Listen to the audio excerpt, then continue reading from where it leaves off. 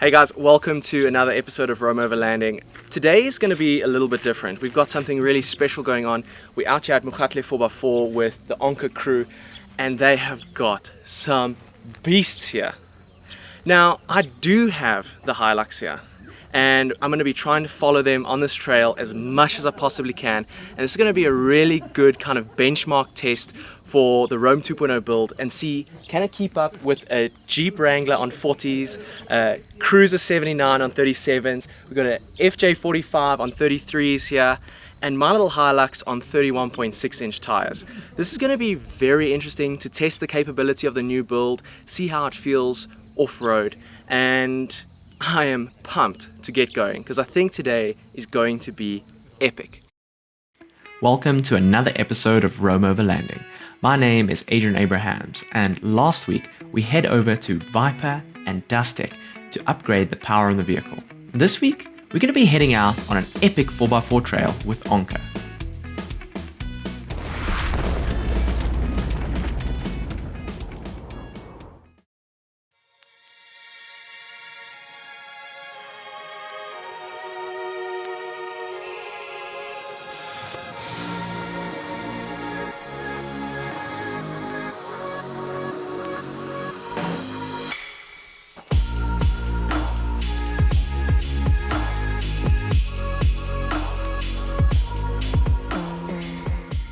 My very first adventure in the Hilux, and it just so happens to be with these three monster rigs.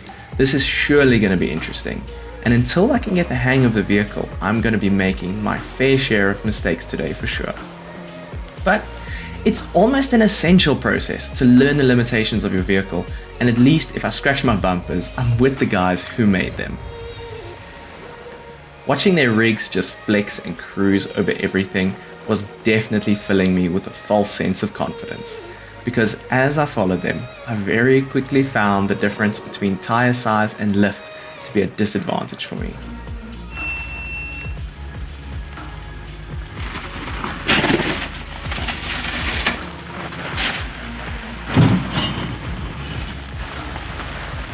That's a fun sound.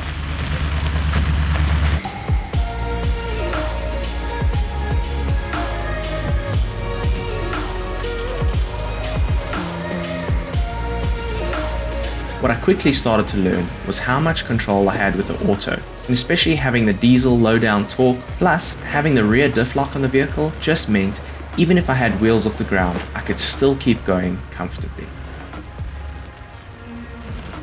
Considering Len's Wrangler has almost a meter of travel, it makes all the obstacles look super easy.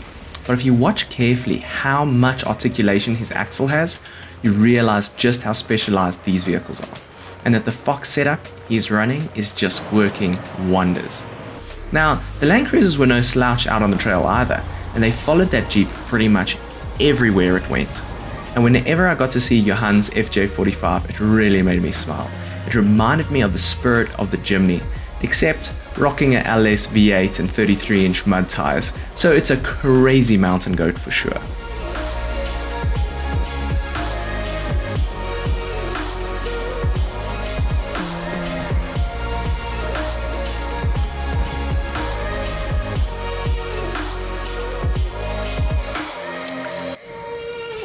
There I've got a flat, first one ever. Nine. We couldn't find any obvious signs of punctures, but anyways, you know what they say, many hands make light work, and we had Johan up and running just in time for us to find a spot for some lunch. Let's go and search for some lekker spot in the riverbed with some shade and have a braai.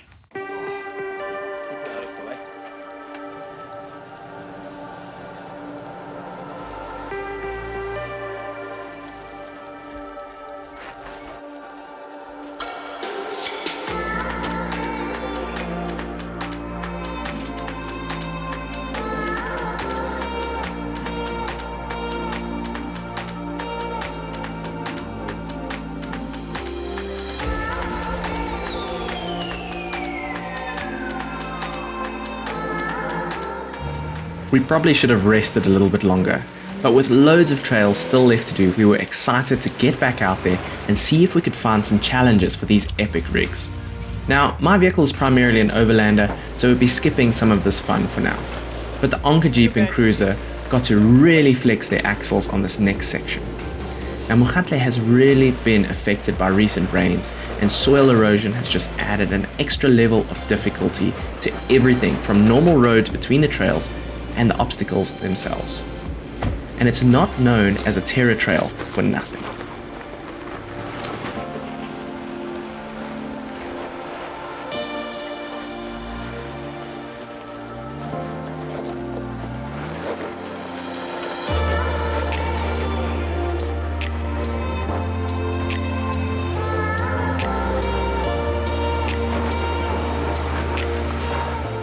Now it was time to get my Hilux through one of the nearby obstacles, and this is where it's important to take it slowly and have good guidance. The whole time I was just watching Len and letting him guide my wheels, trying to be as slow and controlled as possible. So this Jeep actually has a crawler transfer case, so it can maintain serious control and torque over even the craziest obstacles.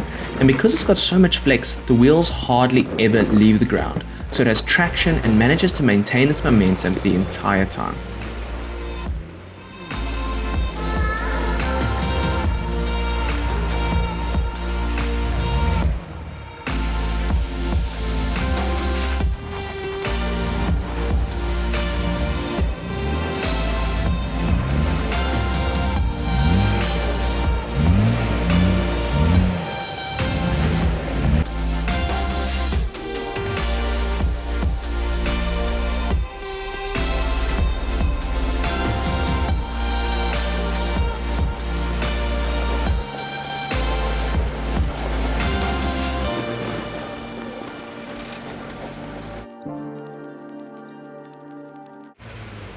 With the sun starting to set, we were still a good couple hours from the campsite.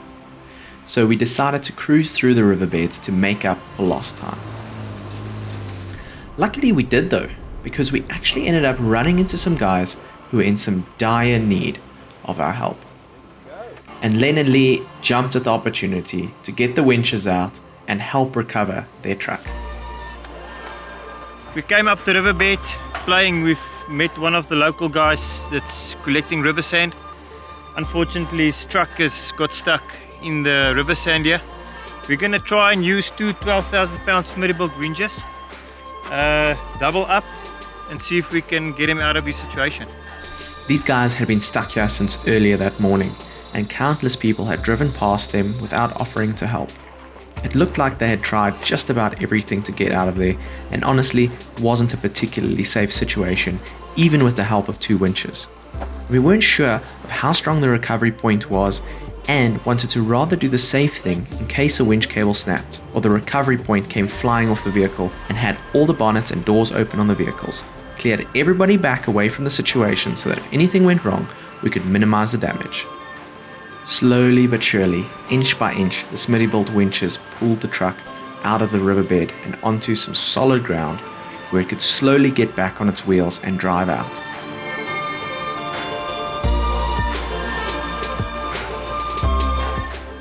It's moments like these when you can help somebody in need. And it's times like these where Onca also get to test their products to the limit and know just what it's capable of. And the results really speak for itself. Amazing, huh? I'm impressed by these winches. 12,000 pound, two 12,000 pounds pulled out this truck. It's unbelievable. With the guys safely on their way and the sun really starting to dip now, we had to get moving. But this is still Moegatle.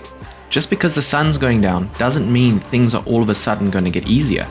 We still had to be switched on, and not even 2 minutes down the path, Lee was already out of the cruiser and chopping away at a sandbank to avoid some panel damage. Now, that's not just for him, but for all of us trailing behind him too.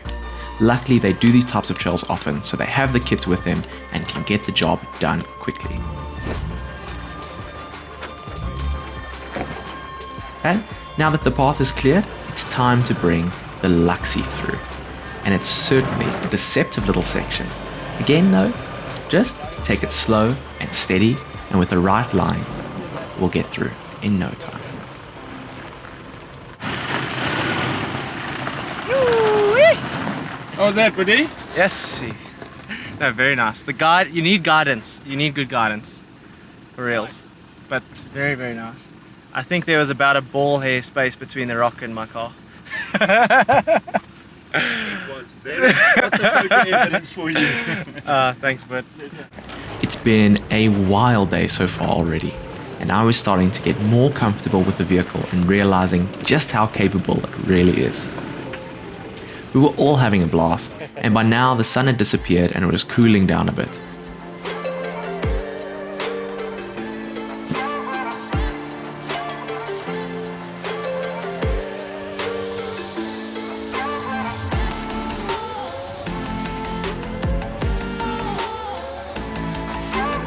I decided to send Rolf ahead in the Hilux to skip the little bit of fun that Lee and Len had planned for the 79 series and the Wrangler. But this is where even monster vehicles like theirs can find their limitations.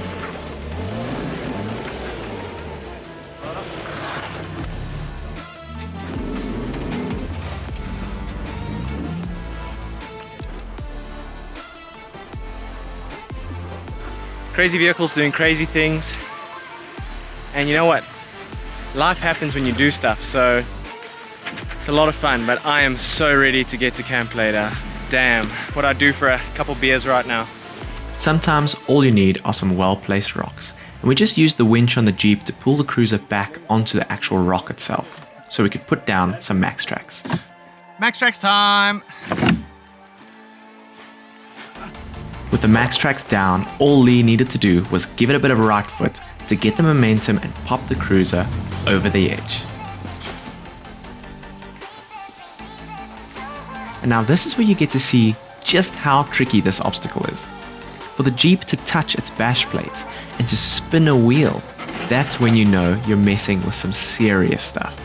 From this point on, we would put away the cameras and tackle the rest of the trail in the darkness, so we could get back to camp and have a well-deserved rest after an absolutely epic day. The amount of challenges we had to go through yesterday, the amount of recoveries we had to do yesterday, and you know what, the amount of epic situations was honestly, has blown me away. It's been a once-in-a-lifetime experience, and wheeling with the guys from Onca has been an absolute privilege.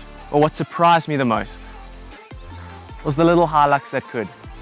It just went, it followed behind, we took it slowly, they guided me, and with patience and very little wheel spin, we managed to get that Hilux all the way through. And we ended up traveling in the dark. That was amazing. I wish we could have filmed that, but you know what? There comes a time where you just got to get to camp and the pressure's on. We used every single piece of equipment. We used the max tracks, we used the winches, we really used the sidewalls of the tires. Everything that could have happened in a day happened. And that's what this lifestyle is all about. It's not about if something happens, it's about when it happens. And everything can happen in one day, but you have to get out there to experience it. I hope you guys really enjoyed watching this episode of Rome Overlanding and that you got to see a lot of gear porn over here. But if you guys want to, go and head over to the Onca Instagram page and go and check out what they're doing. We're going to be working a lot together in the future. And it's a very exciting relationship and I can't wait to get some amazing pictures out for them and we start seeing some of the amazing videos hitting their social media platforms. So if you love seeing more of this 4x4 adventure kind of stuff, you're going to see a lot more of that over there. But anyways, guys, stay tuned, subscribe, and I'll see you on the next episode of Rome Overlanding. Cheers. Thank you for tuning into this episode of Rome Overlanding. I just want to take a moment to thank my awesome patrons for their continued support, as well as let you know if you want to join in on our weekly live streams and updates, you should head over to Patreon and become a member. On the next episode of Rome Overlanding, we begin preparing for the Rome 2.0's maiden voyage. Anyways, I'd love to know what you thought of today's trail down in the comments below. I also just want to take a moment to thank all of my awesome product partners. Without you guys, none of this would be possible. Anyways, I'll see you next week. Cheers.